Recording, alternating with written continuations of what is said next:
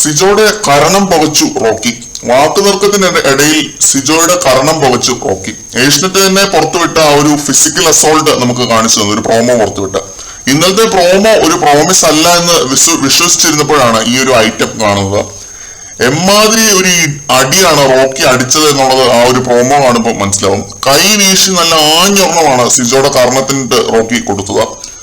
ദേഷ്യം കൺട്രോൾ ചെയ്യണം എന്നുള്ള ലാലേട്ടന്റെ ഡയലോഗിൽ തുടങ്ങി ഈ ഒരു പൊട്ടിക്കൽ കാണിച്ച് വീട്ടുകാരെല്ലാം അന്തം വിട്ട് ഷോക്ക് അടിച്ചു നിൽക്കുന്നത് കാണിച്ചാണ് പ്രോമോ അവസാനിക്കുന്നത്.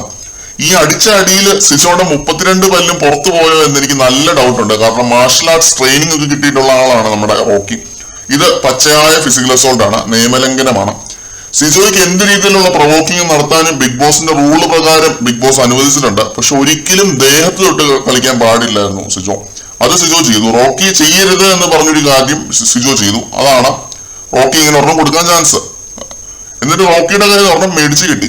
പ്രൊവോക്കിങ് ചെയ്യുന്നതും ട്രിഗർ ആവുന്നതും ഒക്കെ ഈ ഒരു ഗെയിമിന്റെ ഭാഗമാണ്.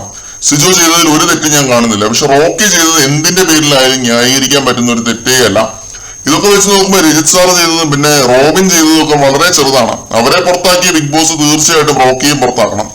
ഈ സീസണിലെ ഇതുവരെ ഉള്ളതിൽ ദ ബെസ്റ്റ് കണ്ടസ്റ്റന്റ് ഒക്കെ തന്നെയാണ് റോക്കി, അതിൽ ഒരു ഡൗട്ടുമില്ല. ഈ സീസണിൽ ഇതുവരെ ഉള്ളതിൽ നമ്മുടെ ഫേവറേറ്റ് കണ്ടസ്റ്റന്റുമാണ്. പക്ഷെ ഇമാതിരി അടി അടിച്ചിട്ട് പുള്ളി അവിടെ നിർത്തുന്നത് ശരിയായിട്ടുള്ള ഒരു കാര്യമല്ല. സെൽഫ് കൺട്രോൾ എന്ന് പറയുന്നത് ബിഗ് ബോസിൽ അനിവാര്യമായിട്ടുള്ള ഒരു കാര്യമാണ്. ദേഷ്യം കയ്യാങ്കളി ആവാതെ നോക്കുക എന്നുള്ളതാണ് ഏറ്റവും വലിയ കാര്യം. അത് ലാലേട്ടനും പറഞ്ഞതാണ് റോക്കിയുടെ അടുത്ത്, സൂക്ഷിച്ചും കണ്ടും കളിക്കുക എന്നുള്ള ഒരു കാര്യം. പക്ഷെ ലാലേട്ടൻ ഇടിക്കാൻ പ്രോത്സാഹിപ്പിക്കുന്ന രീതിയിൽ അടിച്ച ഡയലോഗാണ് റോക്കി കാര്യമായിട്ട് എടുത്തത്.